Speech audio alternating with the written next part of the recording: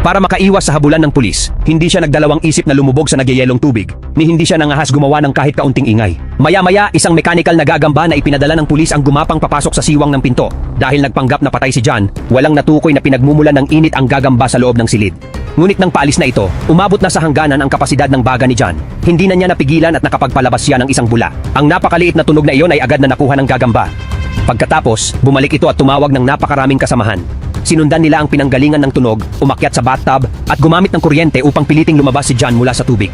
Sa harap ng matataas na boltahe mula sa 12 ng gagambang iyon, wala nang paraan si John para makatakas. Para manatiling buhay, kinailangan ni John Anderton na makipagtulungan sa kanila at kusang tanggalin ang gasa sa kanyang mga mata. Pagkatapos, inscan ng mga gagamba ang kanyang mga mata at ipinadala ang kanyang impormasyon sa pagkakakilanlan pabalik sa istasyon ng pulisya. Ngunit matapos ikumpara, natuklasan ng pulis na si John ay hindi ang wanted na kriminal, kaya umatras sila kasama ang mga gagamba. Lumalabas na isang oras bago iyon, sumailalim si John sa operasyon ng pagpapalit ng mata, dahilan upang matagumpay niyang malinlang ang pulisya. Ngunit kahapon lamang, si John ay isang pulis na nakahuli ng hindi mabilang na mga kriminal. Ngunit hindi dahil sa pambihira niyang kakayahan sa investigasyon. Ang lahat ay dahil sa tatlong babaeng ito na nakahiga sa nutrient fluid. Kaya nilang makita ang hinaharap at tinatawag silang mga precog. Espesyal na nagtayo ang departamento ng pulisya ng isang pre-crime division para rito. Ginamit ng mga opisyal ang kakayahan ng mga precog upang mapababa sa zero ang antas ng krimen sa lungsod.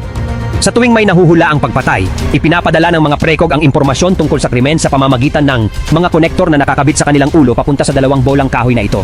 Nakaukit sa mga bola ang pangalan ng suspek at ng biktima. Ang buong proseso ng krimen ay ipinapakita sa malaking screen.